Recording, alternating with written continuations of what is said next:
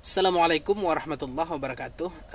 Teman-teman petani sawit, kali ini saya ingin sedikit sharing ya tentang pemikiran saya yang kadang bisa betul dan kadang bisa tidak. Jadi teman-teman, jadi ini tidak 100% iya ya. Jadi begini teman-teman, kalau seandainya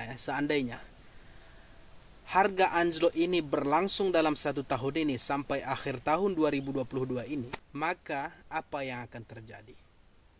Kita petani sawit rakyat ini, yang kecil ini, yang tidak bermitra dengan perusahaan, yang tidak bermodal tinggi, maka tidak akan melakukan pemupukan terhadap sawit lagi. Itu dapat dipastikan. Kalau harga di kami ya, di tingkat petani kami di Aceh ini, harga itu rata-rata sudah di bawah 1.000, 800, 900, bahkan ada yang sudah sampai 600. Luar biasa. Ini tragedi dalam pertanian kelapa sawit. Dulu memang ada harga 600, akan tetapi zaman dahulu itu harga yang 600 itu, harga bahan-bahan yang lain seperti pupuk itu tidak sampai di angka 1 juta. Zaman-zaman sawit 600 itu harga herbisida masih kisaran 30 sampai 40 ribu, racun rumput masih segitu harganya, pupuk di angka 200-an.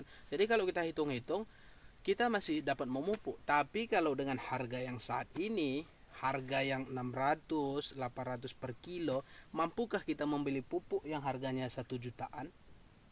Tentu tidak kawan-kawan. Jadi ini prediksi saya, kalau ini berlangsung dalam 1 tahun, kita tidak akan memupuk sawit itu lagi. Maka apa yang akan terjadi di tahun 2024 dapat dipastikan sawit rakyat itu, kita ini akan drop berbuah. Karena sawit ini sistemnya dia ngambeknya itu kelihatan kawan-kawan. Kalau nggak dikasih makan, maka ngambeknya kelihatan, tidak berbuah dia, hanya mengeluarkan bunga jantan saja. Itu prediksi saya sebagai petani. Selain daripada itu, banyak juga saya perhatikan teman-teman kita ya, mungkin sudah terlalu galau, buah yang sudah matang dibiarkan busuk di pokok, tidak dipanen karena harga yang anjlok ini. Jadi teman-teman perlu ketahui, buah sawit ini yang busuk ini, kalau dibiarkan dia membusuk di situ, itu akan menjadi racun bagi tubuhnya. Jadi kalau seandainya teman-teman tidak menjual buahnya itu, ya upayakanlah buahnya itu dibuang dari ketiaknya tersebut, supaya sawit ini tidak diracuni. Ini yang saya khawatirkan teman-teman. Saya tidak mengkhawatirkan sawit perusahaan. Perusahaan itu kan bermodal tinggi. Yang bermitra dengan perusahaan juga akan terjamin sawitnya karena kerjasama itu. Tapi kita ini yang tidak bermitra dengan siapapun, bagaimana kalau seandainya 1 tahun ini harganya masih segini? Apakah kita masih mampu memupuk? Ya jawabannya ya enggak. Jadi itu prediksi saya kawan-kawan. Ya kemungkinan ada benarnya dan kemungkinan bisa juga tidak. Jadi untuk teman-teman, ya tetap berdoalah, hanya itulah kemampuan kita. Kalau memang ada aksi-aksi damai, ya tetap suarakanlah dengan cara yang baik, dengan cara kedamaian.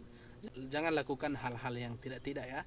Tetap jalin silaturahmi kita, tetap berdoa ya kawan-kawan. Jadi itu sedikit sharing yang cukup mengerikan bagi kawan-kawan ya. Semoga ini tidak terjadi. Karena saya lihat pun sampai sekarang titik temu mengenai ekspor dan harga-harga ini belum ketemu titiknya.